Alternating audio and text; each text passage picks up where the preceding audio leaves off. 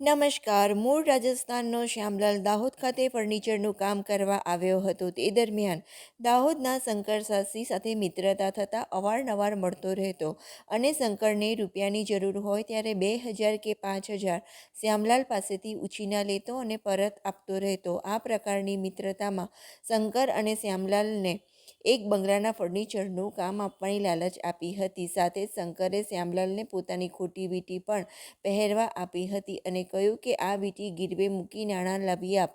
પરંતુ શ્યામલાલે કહ્યું કે હું બહારનો છું, મને કોઈ નહીં આપે. શ્યામલાલનું દાહોદનું કામ પૂરું થઈ જતાં અને શંકરે કહેલું કામ ન મળતા અમદાવાદ ખાતે કામ જોવા માટે ગયો હતો.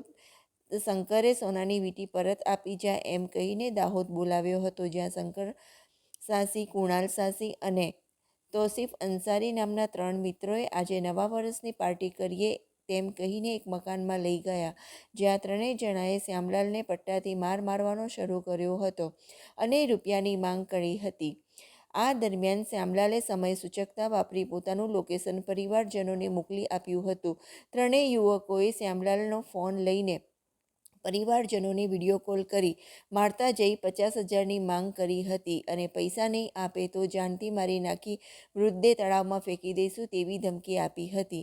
પરિવારજનોએ જ્યારે દાહોદ બી ડિવિઝન પોલીસનો સંપર્ક કરી લોકેશન આપ્યું, તેના આધારે બી ડિવિઝન પીઆઈ સહિત પોલીસની ટીમ એ યુવકોને શોધીને શ્યામલાલને તેમની ધરપકડમાંથી છોડાવ્યો હતો અને ત્રણેય યુવકોની ધરપકડ કરી તેમના વિરુદ્ધ ફરિયાદ દાખલ કરી કાયદેસરની કાર્યવાહી હાથ ધરી છે. ઘટનાની હકીકત એ પ્રકારની છે કે દાહોદ બી ડિવિઝન પોસ્ટ વિસ્તારમાં એક માહિતી પોલીસને મળી હતી કે જેમાં એક વ્યક્તિ છે અમદાવાદના, જેમનું નામ છે શ્યામલભાઈ રાવ. તેમને લોકલ દાહોદના 3 વ્યક્તિઓ શક્કરભાઈ સાંસી, કુણાલ સાંસી અને તોસીફ અંસારી, આ 3 લોકો જે એમના અગાઉ પરિચિતમાં હતા, મિત્ર વર્તુળમાં હતા અને પૈસાની લેદેતીમાં બાકી છે. તો એ અન્વયે એમને અહીંયા બોલાવેલા, આમના ઘરે લઈ જઈ અને એમને પટ્ટા દ્વારા અને અન્ય ઢીકાપાટોથી મૂંઢમાર મારેલો અને ત્યારબાદ વિડીયો કોલ કરી એમના પરિવારનો સંપર્ક કરી એમની પાસેથી પૈસાની માંગણી કરેલી. આ અન્વયે પોલીસને માહિતી મળતા પોલીસ દ્વારા ટેકનિકલ એનાલિસિસ કરી વ્યક્તિને રેસ્ક્યુ કરવામાં આવેલો છે અને અન્ય 3 આરોપીઓ જે હતા એ 3 આરોપીની હાલમાં ધરપકડ કરવામાં આવેલી છે. ये साहब मैं राजस्थान थी 15 દિવસનો અહીં કામ હતો, તો હું કામ કરવા માટે બેસી ગયો. તો આ શંકર જોડે મારે દોસ્તી પ્રેમ થઈ ગયો, મતલબ એક મિત્ર જેવું થઈ ગયો. તો મારું 15 દિવસ પહેલા કામ પૂરું થઈ ગયું. તો અને પછી મેં આને જોડે મને કે હું દરબાર છું, તને એક બંગલાનો કામ અપાઈશ.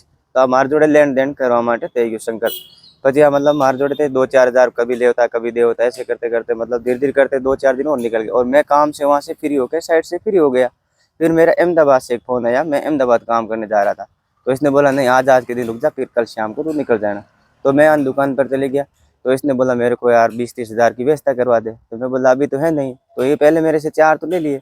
फिर इसने बोला तो मेरे पास 2,029 रुपये और थे, तो मैंने इसको दे दिया. फिर इसके हाथ में खोटी अंगूठी थी.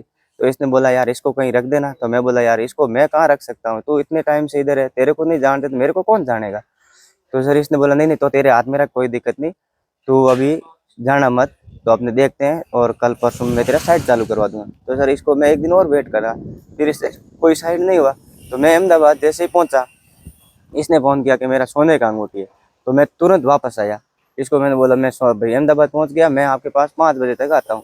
5 बजे मैं गया तो ये मेरे को लेने के लिए आया वहाँ 10 डिपो पे. वहाँ से इसकी दुकान पे आए, चाय वाय भी पिया है. वहाँ से बोला नहीं. तो मैंने बोला यार शंकर अब मैं जा रहा हूँ, मेरे काम की व्यवस्था नहीं है, मैं काम काज के लिए जाऊँगा, दाऊद मेरा काम था पूरा हो गया पूरा. तो फिर उसने क्या बोला है कि घर चलते हैं.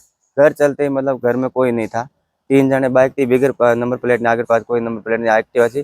2 जने, एक मार पाछे बेही गयो, एक आगे बेही गयो. મને ઘરથી પહેલા ને મારા આંખ વાંખ બધી આમ જેલ બેહી ગયા. મેં કીધું શું છે, અમે નીકળતા મારા પાછળથી બેલ્ટ ની મારી તો હું પડી ગયો. પડ્યા પછી આ મતલબ 3 જણા છે, 3 મતલબ બેલ્ટથી મારા કપડા આખા નીકાળી દીધા. પછી મને બેલ્ટથી માર્યો. પછી મારે ઘરવાળા જોડે વિડીયો કોલિંગ ફોન કરવાનો और પૈસા માંગવાનો. આ ઘટના થઈ છે. પછી मतलब अगर जो पुलिस मतलब 15-20 ना आए थोड़ी देर बाद में ना, तो ये मेरे को पक्का ही मार देते. मेरे को तालाब पे लेके गए, बोला तेरे को अभी लास्ट तेरा फर्स्ट एकदम यही लास्ट साल है तेरा, आज के दिन तू लास्ट जीने वाला है.